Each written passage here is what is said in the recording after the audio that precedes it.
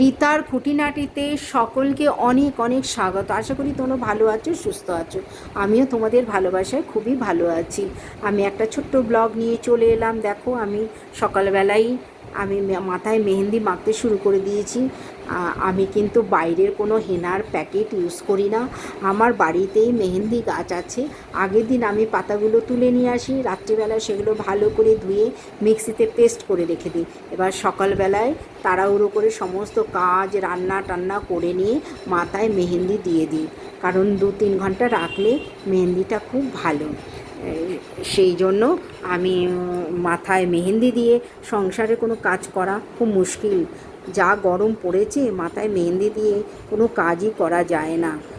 আর এই মেহেন্দিটা দেওয়াতে চুলের গোড়া এত শক্ত হয় কি বলবো, আর একটা সামান্য কালার আসে, স্মুথ হয়, গ্লসি হয়, বেশ ভালো লাগে চুলটা দেখতে।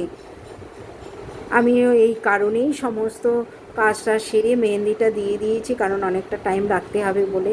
এবার স্নানের সময় কিছু জামা কাপড় কেচে নিলাম আর ভালো করে মাথায় শ্যাম্পু দিয়ে দিলাম। দিয়ে এবার পুজোটা দেব। যেহেতু সামান্য রান্না করেছি আজকে, মেহেন্দি দেব বলে খুব একটা রান্না করতে পারিনি। এখন আমি খেতে বসে গেছি। দেখো, বাঁধাকপি রান্না করেছি আর 2 পিস কাতলা মাছ গরম গরম ভেজে নিলাম। আর গরম ভাত যেহেতু আছে, একটু ঘি দিয়ে গরম ভাতে গরম মাছ ভাজা দিয়ে খাবো। তোমাদের ব্লগটা কেমন লাগলো কমেন্ট করে জানিও। ভালো লাগলে লাইক, কমেন্ট, শেয়ার করে দিও।